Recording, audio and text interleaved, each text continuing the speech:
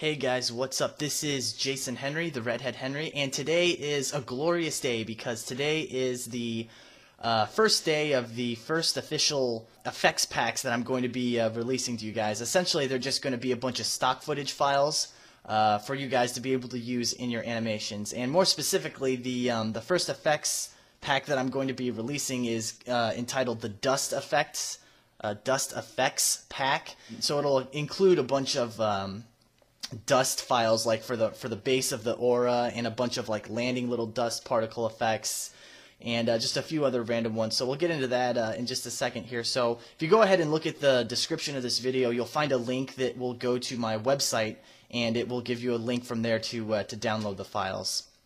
So when you go ahead and download the file, it should only be about 20 megs, I'm thinking, so it's not too bad. But you'll go ahead and download it. It's totally free, and all the files are in HD, except for the Flash version files, but we'll get to that in a little bit. So let's go ahead and just open up that folder. So when you download that file, this is what you will see in it. I've got just some directions and credits, so if you guys want to go ahead and check that out and read that, it kind of gives just an overall direction on how to use these, but that's what this video is for also, so I'm going to be showing you guys how to use these as well. So you'll download the file, and you'll have these, if you just want to click them, open them up, view them. They're WMV files, so I just figured I'd go with something kind of basic standard. I'm not going to go with QuickTime or anything like that, just simply because of file size, but these aren't anything too fancy. They're just kind of different looking effects here,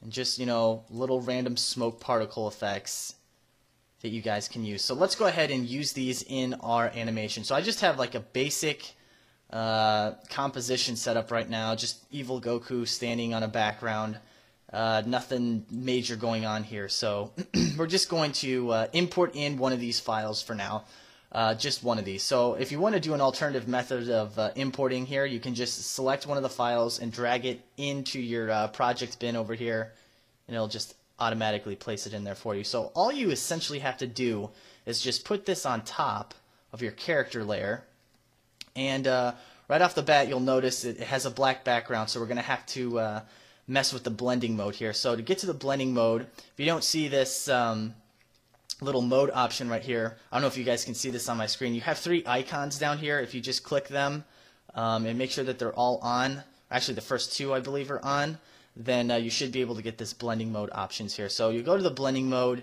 and you can either set it to add or to screen. Now personally I like screen better because it's just a little more of an organic feel. If you set it to add, it kind of gives it a little more of a glow-like feel, which, I mean, it's dust. It's just not really supposed to be like glowing. If you had like an aura or an energy effect, which I'm going to be coming out with later, so stick around for that. So you might want to set it to add for that. But just for the purpose of this, it's personal preference, I'm just going to set it to screen. So just put it at the base by his feet, and then we'll just RAM preview this thing out. And hey, what do you know? It's looking pretty snazzy there. So yeah, let's just import in another one. I don't know, try Power Up 2.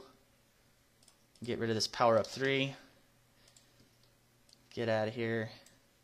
So again, same thing. Just set it to screen. This one looks a little more snazzy.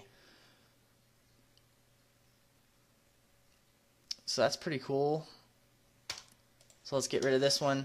Let's take a look at these other random ones I have in here. Like I have this one that's called, like, I have three different versions of it. It's called Step or Land. It's basically just a kind of like a one. Whoops, that did not import.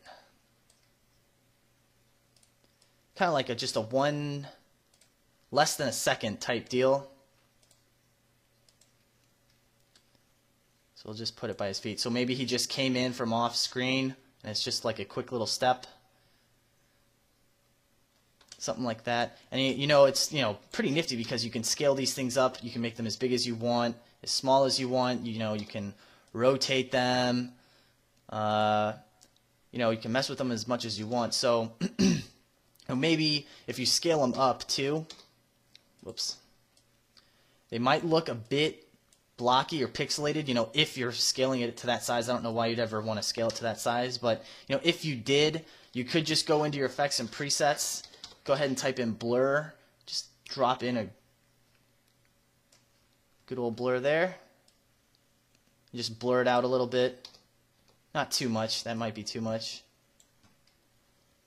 But you get the general idea for that. Oh, and another thing too, it could be pretty useful. All of these files they're all white.